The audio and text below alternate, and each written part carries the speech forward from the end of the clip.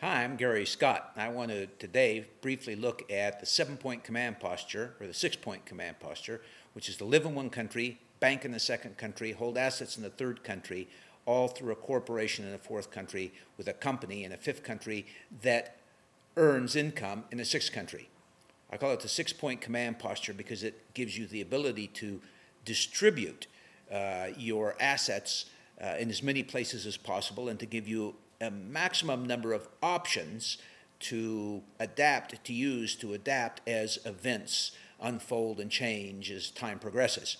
However, very few people do all of that. In fact, I don't even do all of that. And so what I want to look at is what a person can practically do when they're starting their own international business. And the whole aim here is, first of all, to understand that there's two different things we should do with our assets. We should think in terms of our cash flow, the money coming in and the money going out in our business, our income generating aspect of our business. And then we should think about our reserves. Where do we take extra money, profit that's left over from this process of money coming in and going out, and set it aside for the future, either to help our business grow later or to salvage our business if we make a mistake, and or to just let it grow for retirement or to pass on to our heirs or whatever we might do with this extra wealth. From a cash flow point of view, the way you take your money in and out depends on where you're going to be doing business. For example, Mary and I do a lot of business in Ecuador. This short video is specifically made for our import-export expedition that's taking place right now, and some of the delegates there wanted to know how do they deal with the financial aspects of having a business in Ecuador. Ecuador, first of all, to open a bank account in Ecuador, unless you're a resident there, is very, very difficult. There is a bank in Miami called Pacific National Bank of Miami, which is owned by an Ecuadorian bank, Banco Pacifico, and so maybe the easiest way for most people that want to have a bank account in Ecuador is to do that. Open a bank account there and then open the bank account in Miami, and then there are offices of that bank in Ecuador, so you're actually using the U.S. bank in Ecuador. What Mary and I do is we have a Florida bank account, and when we need money in Ecuador, we generally get it through an ATM, or if it's a larger amount of money, we wire the money actually to the person in Ecuador that needs that money. And or if we're buying property or need a third party to help us, then we use an attorney to act as that third party. We wire the money to the attorney and then have them release the money to pay for goods and or to pay for a property once the seller has done what they're supposed to be doing.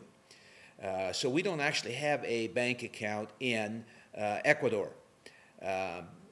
The way you would set up your system for doing business in another country would depend on the structure and the system and how things work in that country. So in this case, where it's hard to have an Ecuador bank account, Ecuador banks aren't particularly safe. Ecuador isn't a safe borrower, you might say. The country rating is speculative. It's not investment quality, so none of the banks can have an investment quality rating. So you wouldn't want to keep a lot of money in an Ecuadorian bank normally anyway. And most Ecuadorians don't. They, in fact, keep their money in the United States or Switzerland or someplace else. Now, when it comes to banking reserves, Mary and I keep a large amount of our savings, our investments, in Denmark.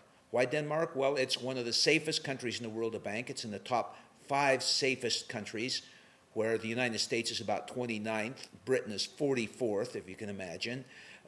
Canada has been rated as the safest bank in the world to bank in. So if you were doing business in Canada, it would make sense to have some assets in Canada. But it then depends on the banking laws, depends on the specific bank, what it is you want to do with your investments and savings. Some banks are better at investing in stock markets around the world. Others are better at investing in stocks. Some have a full service. Some are very good at converting currencies. So the banks that you actually choose would depend a lot on what it is that you're trying to accomplish. There is no one perfect answer for where do you want to actually bank. So in our instance, we have, because we live in the United States, because we live in Britain, because we live in Ecuador, we have banks in Britain, the United States, and Ecuador for money that comes in and for money that goes out. For our savings and investment, we have an English stockbroker. We have a Danish bank. We use the Danish bank Jyske Bank. They're the second largest bank in Denmark.